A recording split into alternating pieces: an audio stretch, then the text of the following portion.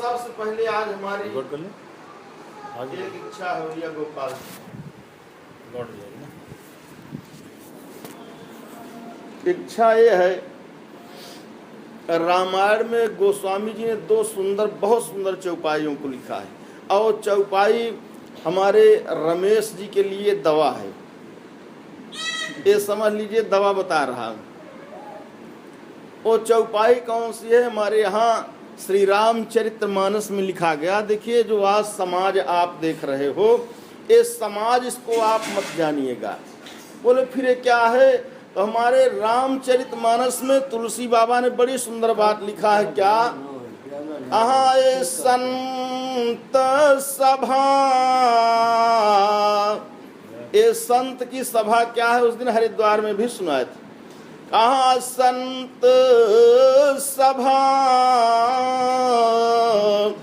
बोले चहु दिसी अमराई, बोले श्रद्धा ऋतु बसंत समगाई। संत सभा, अरे चहु दिसी अमराई, बोले श्रद्धा ऋतु बसंत समगाई। पूछा गया, भाई जहाँ ये संत महापुरुष आते हैं, जहाँ संतों की सभा होती है, ये क्या है? तो हमारे तुलसी बाबा ने लिखा, कहा भाई ये केवल संत सभा मत जानिएगा। बोले तो? कहा ये तो चतुर्दिक आम की बाग लगाना है। जहां संतों का आगमन हो जाए, रमेश जी वहां मान लेना चाहिए, यहाँ एक नई आम की बगिया तैयार कर दी गई है। तुलसी बाबा से पूछा गया, महाराज आम की बाग से तो लाभ तब मिलता है जब उस आम के बगीचे में कभी बसंत ऋतु का प्रवेश हो। तो पूछा गया, जहाँ ये महापुरुष आते हैं, मानो आम की बाग तैयार हो गई, लेकिन इसमें बसंत ऋतु का प्रवेश न हो तो आम की बाग का कोई लाभ होगा?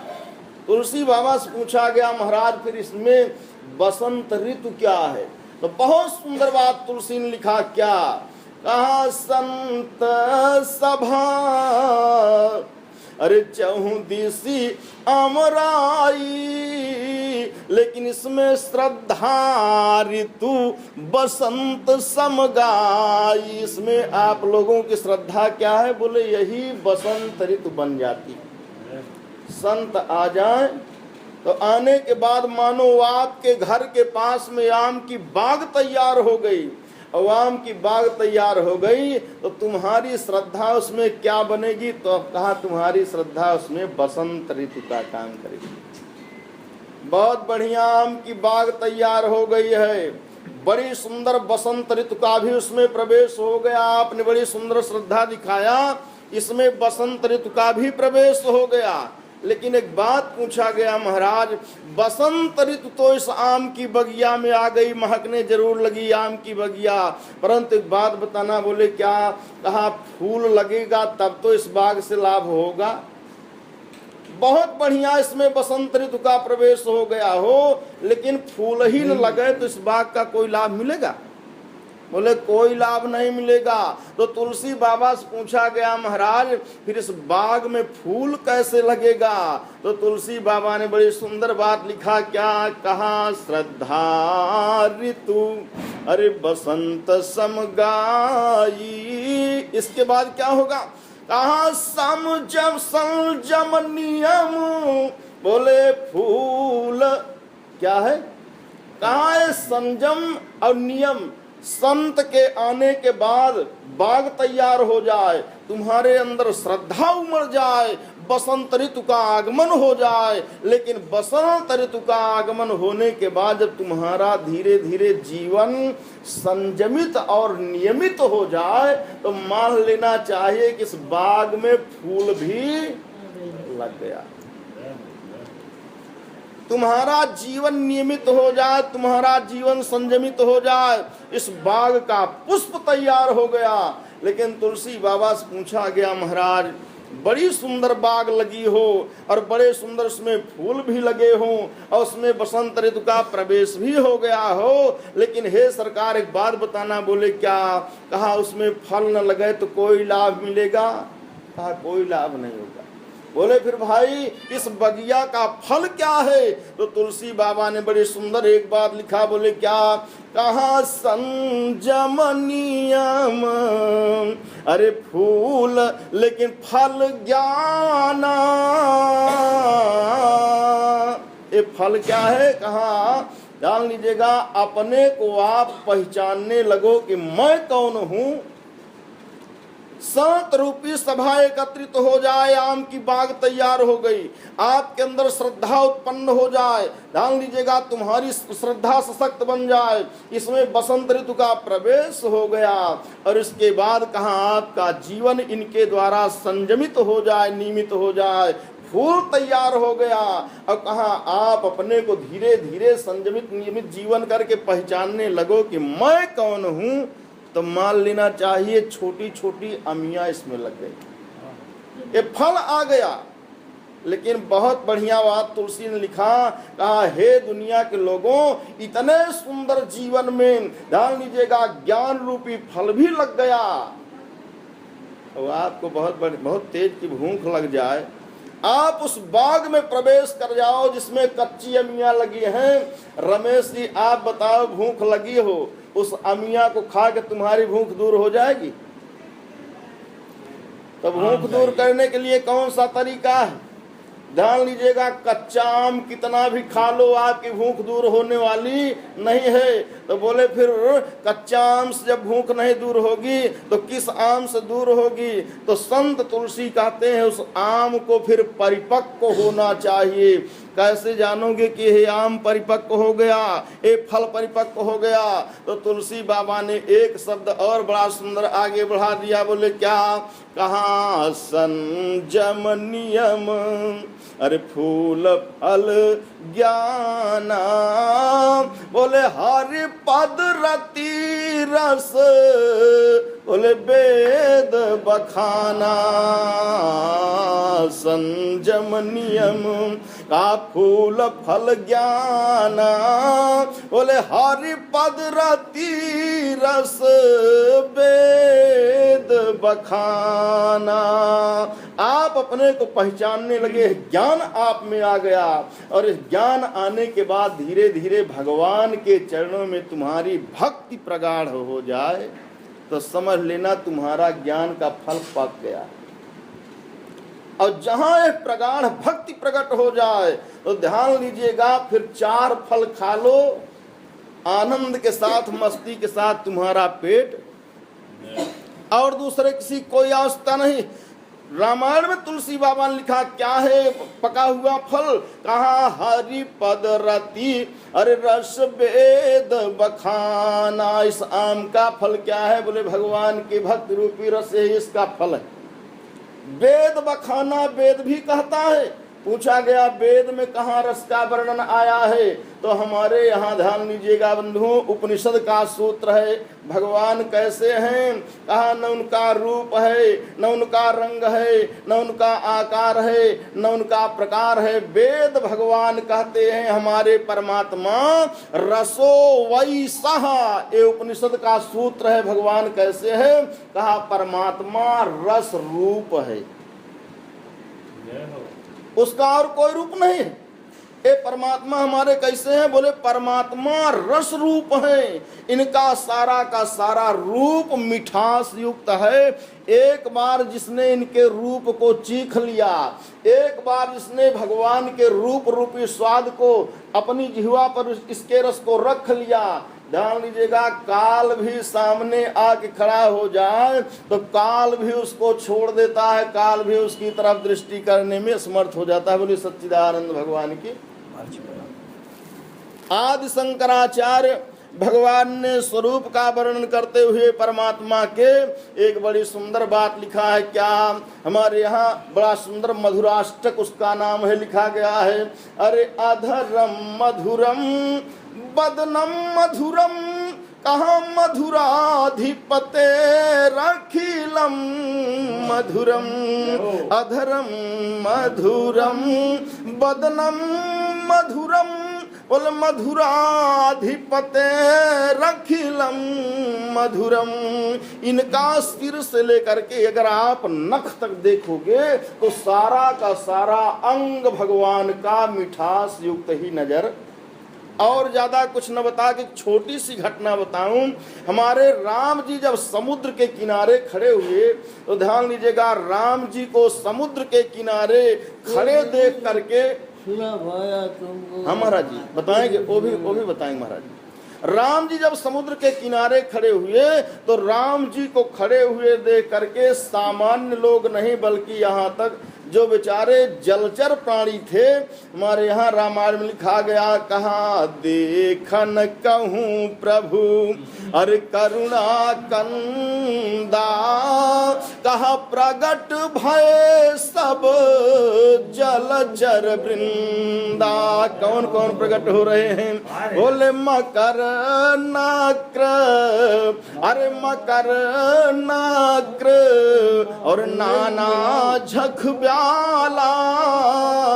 बोले सत जोजन तन परम विशाला, मकर नक्र नाना झख ब्याला और सत जोजन तन परम विशाला।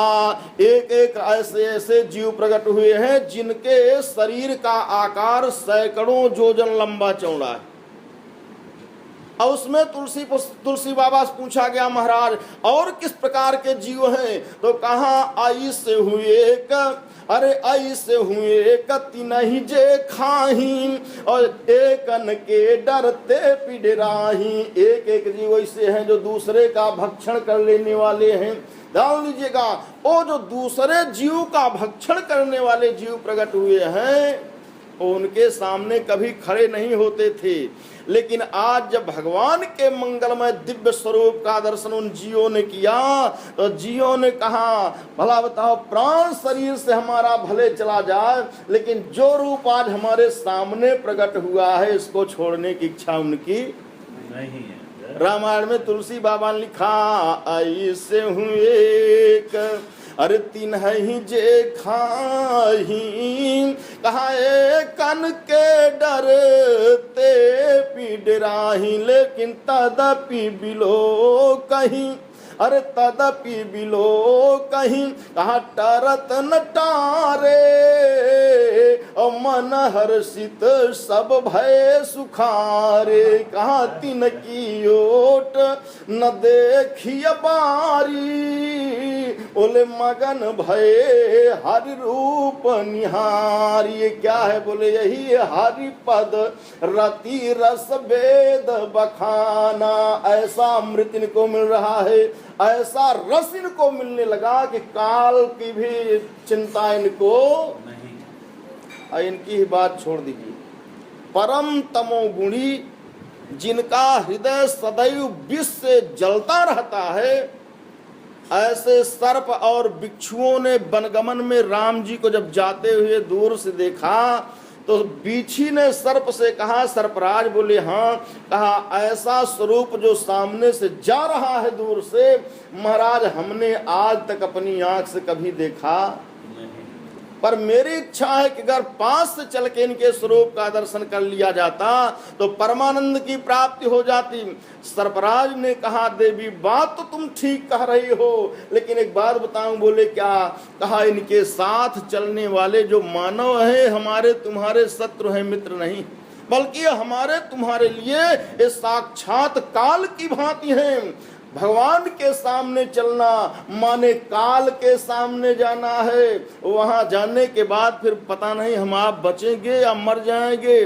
बिच्छू ने कहा, महाराज क्षमा कीजिएगा, परमात्मा के सामने एक बार पहुंच जाएं, भगवान के मंगलमय दिव्य स्वरूप का दर्शन कर लें, मरने की मुझे कोई चिंता नहीं।